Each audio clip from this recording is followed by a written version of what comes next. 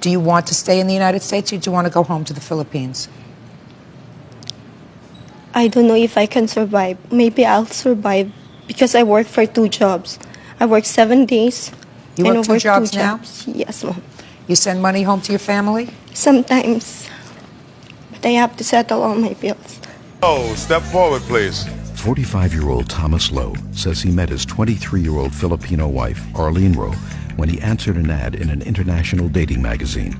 Thomas says when his new bride came to live with him in the United States, she charged a fortune in long-distance phone calls back to the Philippines. The marriage ended in divorce, and now he wants her to pay the phone bill. Order. All rise.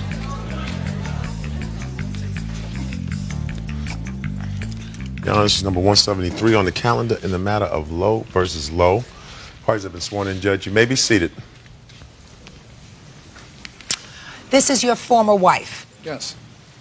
And while usually the background of a couple's courtship, etc., is usually not germane to the issues of the case, I think that in this case it is. How did you meet your wife, sir?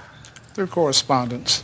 A friend of mine told me that about it. He had met a wife overseas, and I tried it myself, and I wrote to Arlene, and she wrote back to me. How did you get her name to write to her? It was through a magazine that this gentleman informed me of. His name was Cherry Blossoms, and I wrote to her there, and several other ladies too.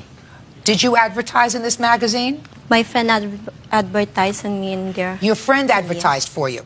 Okay. So you began to correspond, and then what happened? She said she was about to go overseas to take a job, and at that particular time we had been corresponding for a year. And where was she living at the time? In the Philippines. And I told her I was going to come to see her and not to go, that I asked her to marry me, and she agreed. This was before you met her? We had been corresponding. I told her I was going to go see her, But before you met her, you told her that you wanted to marry her? Yes, and that's why I was going to the Philippines to see her. You wanted to marry him? Yeah, but before he told me about that, I supposed to have like my visa. It's already ready. Then I told him I have to go because I have my responsibility for my sister. So he told me, and he called to my mom, and he talked to my dad. Then he told to my dad that tell him not to go. I will be responsible for all his responsibility. For all of your Yeah, my visa expenses. is ready already. Then Okay. he told me to not to go. How old are you? I'm 23 right now. How old are you? 45.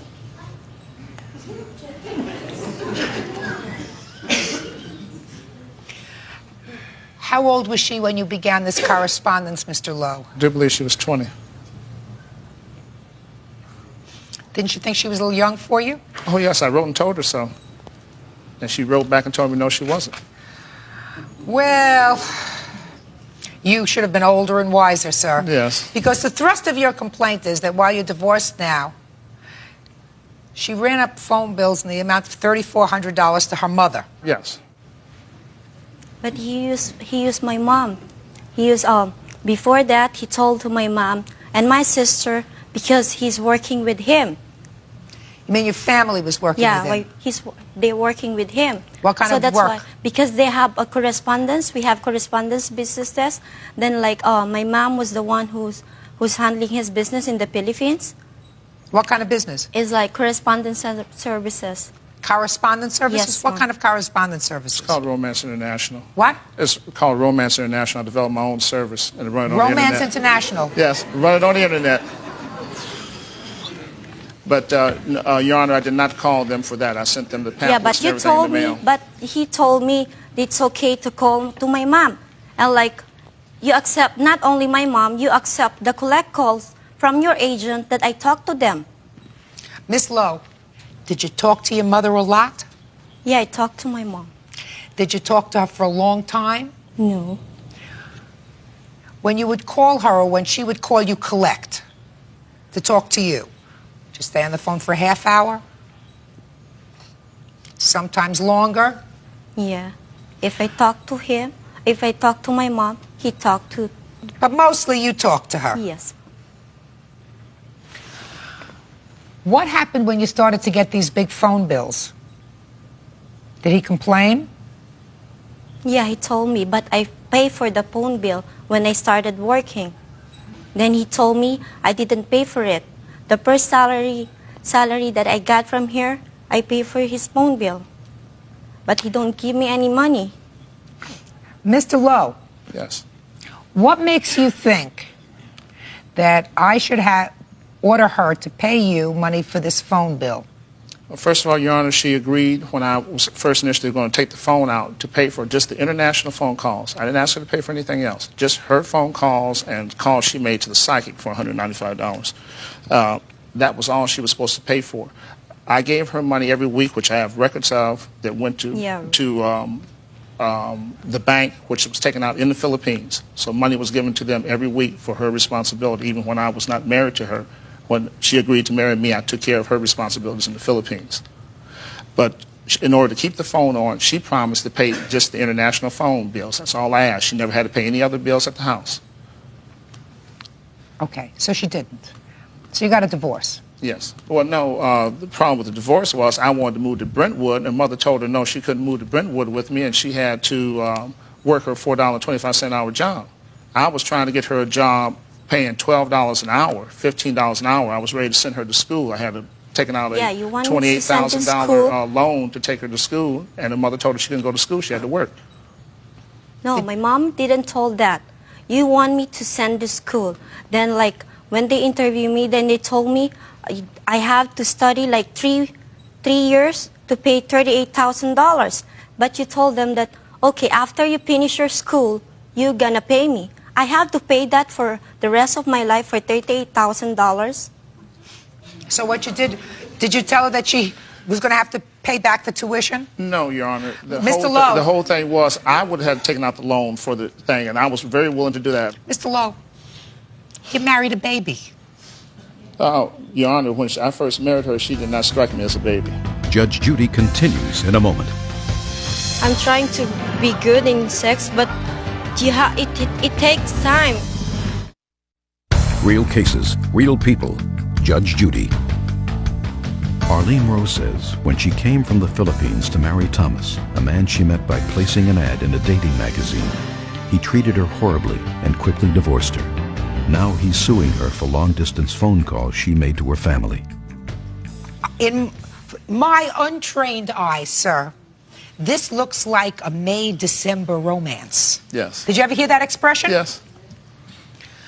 And sometimes men marry women and they're very extravagant. They go out and they spend all their husband's money on jewelry and furs and manicures and pedicures and hats. Do women still buy hats? No. Yeah. No. They do. Your child bride called her mother a lot. No, her mother called her. Or her mother called her a lot. Because she evidently needed to talk to her family, very far away from her family.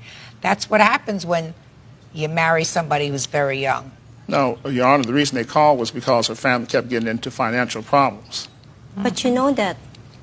You already know all my responsibilities. Listen, Miss Lowe,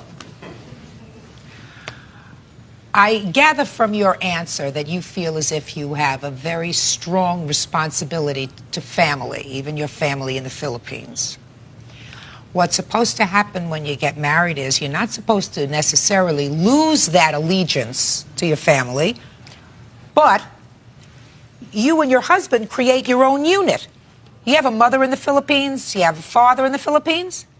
Yeah. Yes? You have sisters? Yes. You have brothers? Yes. They're supposed to take care of themselves. That's not his responsibility. Yeah, he told me that's not his responsibility. It's not. Like, And it's not your responsibility. You're a baby, 20 years old. You got a mother, your father, brothers, sisters, everybody else in the Philippines. All of a sudden, because you got married, you married somebody who maybe had an extra couple of bucks, that doesn't make your family in the Philippines your financial responsibility. When you're married, this is your financial responsibility, but you're not married anymore. I'm just telling you that for the future, because otherwise you're going to be a very unhappy lady the next time you get married. You yeah, can't. I didn't told him to responsibility for my family. I told him I have to send my sister on school. So that's my responsibility. Why do you have to send your sister to Because school? I'm the second to the eldest. And what about your mother and father? They work a lot for my brothers and sisters. And like that time, my father are sick, so I have to go to work. So And what like you're he telling knows me all is, all of that. Your so Honor, what I you're also telling me gave is, them- shh, that you had to work here and send money back to your family in the Philippines? Is that what you're telling me? No. I came here as to his wife, to be his wife. I came here 6 months. I worked for him. In American Embassy, he told that even I came here, I still receive any salary from his business, but I don't get any single penny. He gave me $10, $20. The first time he gave me is $20. And the last one before we leave, he gave me only $10. And like he told me, I always stay in the house. I work for him, I work for his business. I only sleep for 4 hours to work in his business. Then like, I don't get anything. I work, I clean the house, I do everything. And like I told him, he have 1 week salary for $1,000 or $2,000. Then I work for 2 weeks to $200, $300. But I give him all my first salary. So I told him, did I ask you any money from your salary? I didn't even touch your money. Even we have joint account. Judge Judy continues in a moment. Real cases, real people. Judge Judy. Arlene Rowe says when she came from the Philippines to marry Thomas, a man she met by placing an ad in a dating magazine, he treated her horribly and quickly divorced her. Now he's suing her for long-distance phone calls she made to her family. Mr. Lowe, you made a mistake. Yes. I believe that your former wife probably made a mistake. Is it your intention to go back to the Philippines? Or are you going to stay here in the United States? I have to move on to my life. That's all I want. So what do you want to do? Where do you want to live? I have to settle all my problem here. What kind of problems do you have here, Miss Lowe? Other than this one is I'm going to make a non-problem for you. What other problems do you have? About the status I have You in mean this. your visa status? Yes, Mom. Do you want to stay in the United States or do you want to go home to the Philippines? I don't know if I can survive. Maybe I'll survive because I work for 2 jobs. I work 7 days. You and work I 2 jobs now? jobs. Yes, Mom. You send money home to your family? Sometimes. But I have to settle all my bills. What other bills do you have? I have to pay for my lawyer. Which I lawyer? have to pay for my car and my insurance. What lawyer do you have to pay for? For my case. You mean for your immigration case? Yes, Mom. Are you okay financially, Mr. Lowe? Yes. Yes? Yes. You think Well, actually, no, Your Honor. I've got, from our marriage, we've got major bills. We've got about $24,000 in back debt. For what? Some of it, a lot of it is mine. Then there's $9,000 between the tax stuff that I put off to help her family when I gave her money to help her family, $3,000, and put off paying taxes that I was supposed to pay the taxes That's with. your problem. That's your problem. Yes. Mr. Lowe.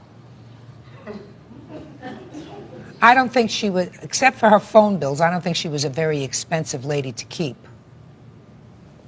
Right? No, Your Honor. I paid her a salary every week, and the records show I was putting $180 to $200 a week for her to send back home, and I have records for that. Did you send back that money home? No, because he owed my mom's money. Because when he sent some money from me, he told me that's my allowance as his wife. But I spent that money on his business. I told him about that. Mr. Lowe, who initiated the divorce proceedings here in California? She left the house, so I tried to reconcile with her. I initiated the divorce proceedings. You got it. See how fast he's a quick study. And did you have anything in the divorce proceedings about this $3,400 debt? Yes, Your Honor. And She what agreed was to that? pay for it. It's Where- a marital agreement. Do you have that in writing? Yes. Can I see it, please? This is the one. She has it. Oh, jeez.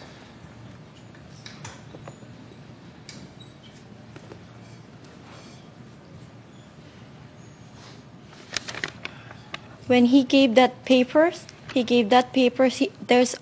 already signed the papers. Then the one that he told that to sign it, and I bring it to my lawyer, the second agreement. What Because he second agreement? changed the agreement that it says 3,400 to pay for 30 days. Then he want me to sign that papers. Just a So second. Is there another paper? yeah, we That, have Your Honor, another. because of the first, we had the first original marriage agreement, and it wasn't notarized. That's why I have to come here now. And because it wasn't notarized, I had to get a second agreement done. I took that to her job. She said she had to go see her lawyer again with that. She never came back with that. We were forced to use the first agreement. Let me see your judgment to divorce, sir. This one. She has it. I want to see if it refers to the settlement agreement.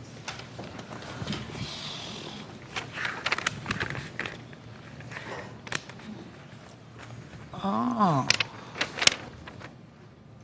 The first agreement wasn't notarized, Your Honor. That's why they could not use that agreement in the court. That's why I had to come to small claims court, because it wasn't notarized before the first of the year. But Mr. Lowe, you have to understand something, sir. I like to see the right thing happen at the end of a case, because that's what I think that's supposed to happen in court. And if you show me an agreement and you say it's incorporated in your judgment to divorce, I have no choice, and I've explained that to your wife. I have no choice but to give you your judgment for $3,400, even though I don't feel good about it. I don't think she's, I don't think she's stupid, but I think that she was vulnerable, certainly more vulnerable than you are.